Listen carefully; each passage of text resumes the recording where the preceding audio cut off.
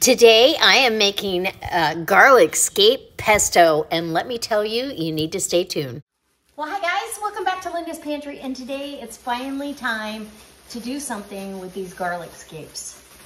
I am going to make, by popular demand, you guys all gave me comments, and it was pesto won the, so I'm gonna make garlic scape pesto. And I'm not sure if I want the buds in there, but I'm gonna taste the flower bud because I wanna make sure that it's gonna have a good flavor.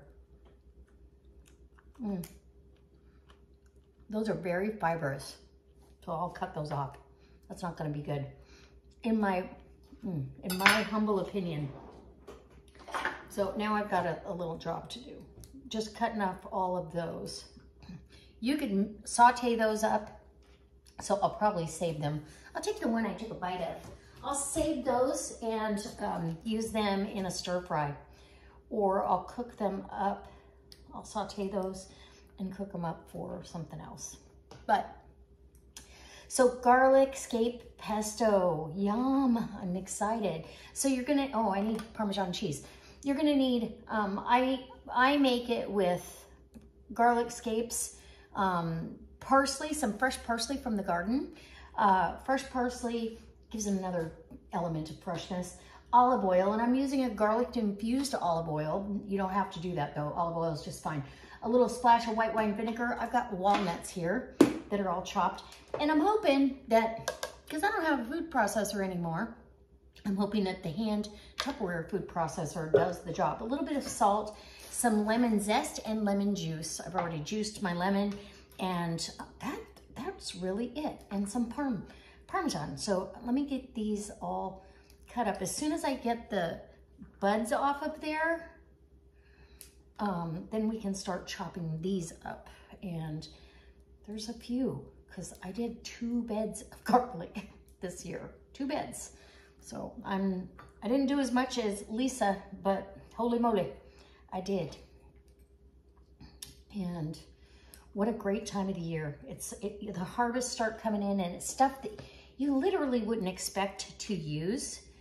And in the past, you know, I've not had time necessarily to deal with them. So they don't always get used, or they just get used for a quick cooking project, and that's it. And then it's gone for the year. So this way I will have pesto well into the fall months, because this will keep like 6 months in the freezer for you if you do an airtight container. And yeah, and I'm gonna make all of this into pesto except for the flower buds, okay? So this is where the plant would produce a flower, and then the seeds, after the flower dried up, the seeds would fly and birds would drop little garlic seeds everywhere for everyone in the neighborhood to have garlic growing in their yard. So I want the garlic, or I want the garlic. So we're gonna cut these, and because it curls around, it's not like elephant garlic. Elephant garlic does not curl, and you get a straight stalk to deal with. I might plant some elephant garlic next year.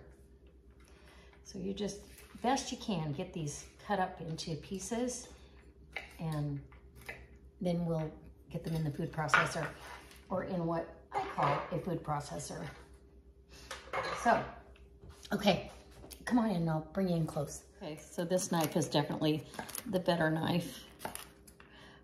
I love my Rada knives. I've got a link down below if you're interested in any new knives. They're very reasonable, and they're really great. They're a lighter weight knife. I don't feel like I have this huge weapon in my hand necessarily, although it would be a pretty good weapon if you needed it. Okay, so just chop them up however you can here. And I already washed these and laid them out to dry before I put them in the fridge in the bag. So there's that. Because I am an organic gardener, I don't have any pesticides out there, but pests that land on your plants, yes, that is a thing. And they leave their little deposits behind. Okay, so I'm just gonna keep on doing what I'm doing, and I'm gonna get all these scapes put in the processor. Okay, so I'm gonna put the rest of the scapes and my handful of fresh parsley. The parsley is optional, or you could put basil, you could put fresh rosemary, whatever you've got in the garden that you want to keep moving along. So at this point, I'm going to add the salt and only about a teaspoon because the cheese has salt in it, but this is a lot of pesto. So this will help break that, and a little bit of pepper. This will help break the fibrous veggies down. A little bit, splash of vinegar, literally maybe a tablespoon of white wine vinegar. And we want some lemon juice. And this is all to taste, about a tablespoon of lemon juice. And I've got the zest of 1 lemon. Believe it or not, it's just, I don't want to waste it. When something calls for lemon juice, I typically zest the lemon as well and use it because it gives it that lemon flavor. So I'm not wasting that thing. So we're going to try to get this cut up.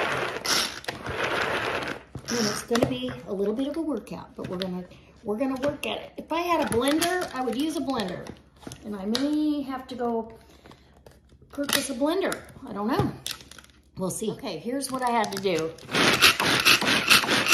is do a little bit of chopping and dropping, and then add some more. It's not gonna get it real fine like I like it, but it'll do. And you could cook this down a little bit, and that would make it a little bit easier. But I'm gonna add my oil now, only because it will also make it easier to get through. So I want at least a cup of olive oil to start. Whoops, helps if you take the lid off. Okay, let's take that lid off.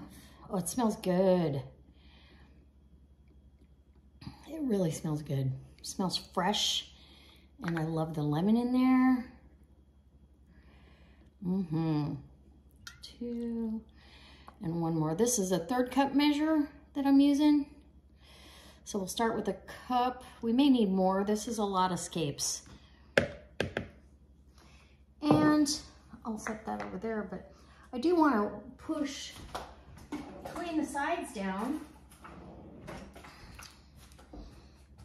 if that makes sense. Just because they get scattered up here, I don't want to lose them. I want them to have full opportunity to get blended into the mix. Okay, put the lid on again. And here we go. Okay, plan B. I did not realize that I had this. I was gonna use the immersion blender, and then I saw this in the corner of the drawer. Literally have not used this since I moved here. So I'm gonna transfer everything over. Electricity is your friend. So it'll get transferred over in batches, and then once this is blended, I will put it into a bowl, and we'll get it all happy together. I probably could do the rest of that, but I'm super excited. I have not, like I said, I've not used a, there we go, food processor since I moved here. Okay, I'll be back. Now you know how I'm blending it. The struggle is over.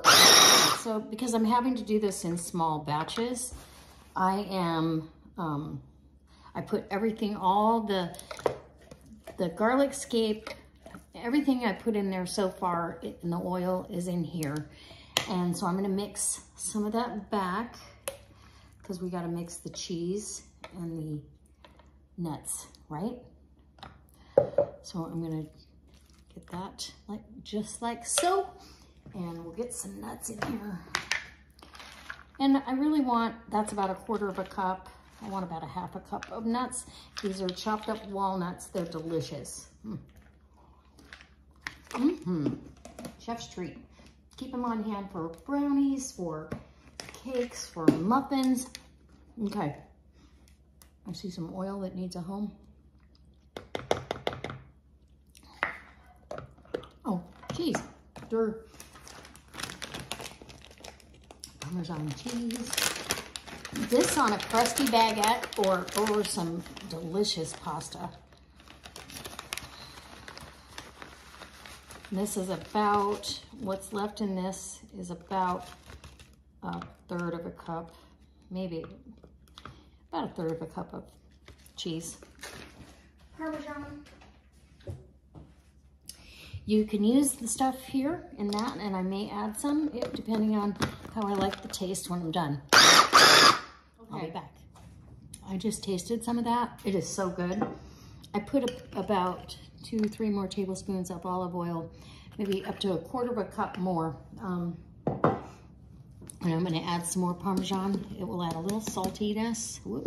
About 1/2 cup of this kind of Parmesan. And we'll add some of this back in. Literally, we're mixing and adding and taking away and then mixing, only because I don't have a big Vitamix or big blender, but I don't, that is not in my budget. Okay. And we'll be back with the finished product. Okay, so my pesto is done and it is delicious. And you just have to really mix it up. It's so good. It's garlicky, it's delicious. So I'm gonna show you what I'm gonna do with it right now. This is going to be decadent and delightful. I cut a croissant roll in half, and I'm gonna stick this under the broiler, and then I'm just gonna have literally a pesto sandwich. Yum. So pile it high. There's cheese, there's nuts, it's full of protein and messy, healthy, heart-healthy olive oil. Okay, under the broiler, and I'll be back for a taste test. While that is under the broiler, I am putting this in canning jars, little jelly jars, and that's how I will freeze it, because I can't use all this at once.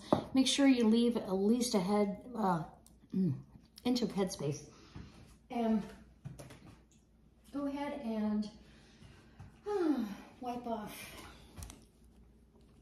Not that it matters, we're not sealing the jars, but, and then get yourself an old canning lid you don't care about. Whether it's a reusable jobby or not.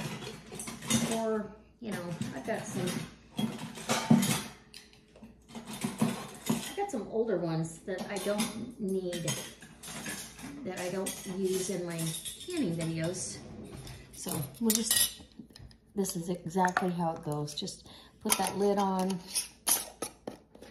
and put that in the freezer. It will freeze and hold up to 6 months in there. There's plenty of room for it to expand, and it's delicious. So I'm gonna continue that and check on the broiler. Okay, I am ready for a taste test. Oh my gosh. And that broiler got that nice and warm.